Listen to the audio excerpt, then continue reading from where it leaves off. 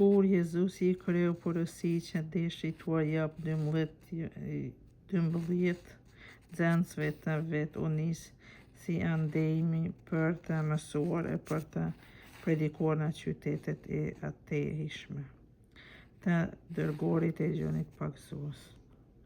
Tashti kur gjoni dëgjojës në breg për veprat e Krishtit dërgoi nxënësit e vet për ta pyetur, a je ti ai që do të vijë apo duhet të presim një tjetër? Jezusi përgjigji, shkoni e tregoni gjonit çka po dëgjoni e çka po shihni. Të verbët po shohin e të shqeptit po ecin, të gërbulit po pastrohen, të shurdhit po dëgjohen, të vdekurit po ngjallen, të varfrit po e predikohen ungjillin. I lumi ai që nuk e bjerë besimin nuk në mua. Kur shkuan ata, Jezusi filloi të flasë turmës për gjonin. Çka dolt të shihni në shkëtirë? Kallamin që e luhat era, apo çka dolt të shihni? Njeriun që veshet në petka të bukura, që ata që veshen me pretka të bukura, ata banojnë në pallate mbretërore, po pse atëherë dolet të shihni një profet? Po ju them, edhe më tepër se një profet, sepse gjoni është ai për të cilin Shkrimi I Shenjtë thot, unë po e dërgoj lajmëtarin tim para teje, që ta bëj gati ullën tënde para teje. Për një mend po ju them, der ata që ju lindën prej grash nuk u ngrit asnjë më I madh se gjoni pagzues. Megjithatë, më I vogli në mbretërinë e qiellit është më I madh se ai. Qysh prej ditëve të gjonit pagzues e deri tani mbretëria e qiellit po depërton me vështirësitë e vetëm të fortin e shtin në dorë. Vërtet të gjithë profetët edhe vetë ligji I paralajmëruan deri te gjoni.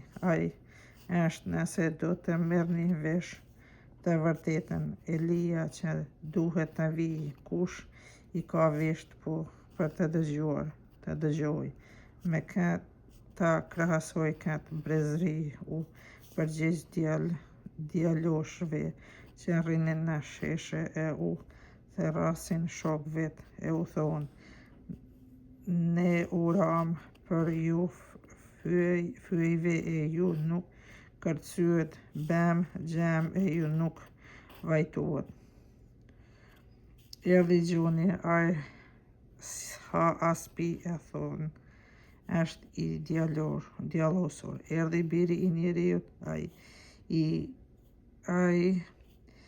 ha e pi e thot, ja gjykatësi e pijaneci, miku I ta gërmbledhësve dhe I mëkatarëve, por dia për ligjet nga veprat e veta. Kërcënimi I qytetarëve të Galilejës. Atëherë zuri t'i qortoi qytetet në të cilat Jezusi kishte bërë shumë mrekulli, ato nuk u kthyen. I meriti Korazin, e mirati o Betsaida, sepse sikur të ishin bërë të gjitha ato mrekulli në Tir e në Sidon, që u bën ndër ju që kahir do të kishin bërë pëndes të veshur me thes pëndese e të përhim. Prandaj po ju them, Tiri e Sidoni do ta kenë më lehtë se ju ditën e gjyqit. E ti e Kafarnaum, a thua do të ngrihesh deri në qiell? Ngritesh deri në qiell, ti do të plandosh deri në fund.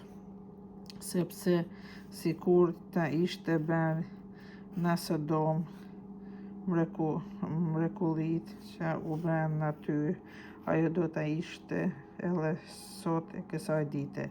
Prandaj po ju them, treva e Sodomës do të kenë me lehtësi se ti ditën e gjyqit. Jezusi premton paqen shpirtave.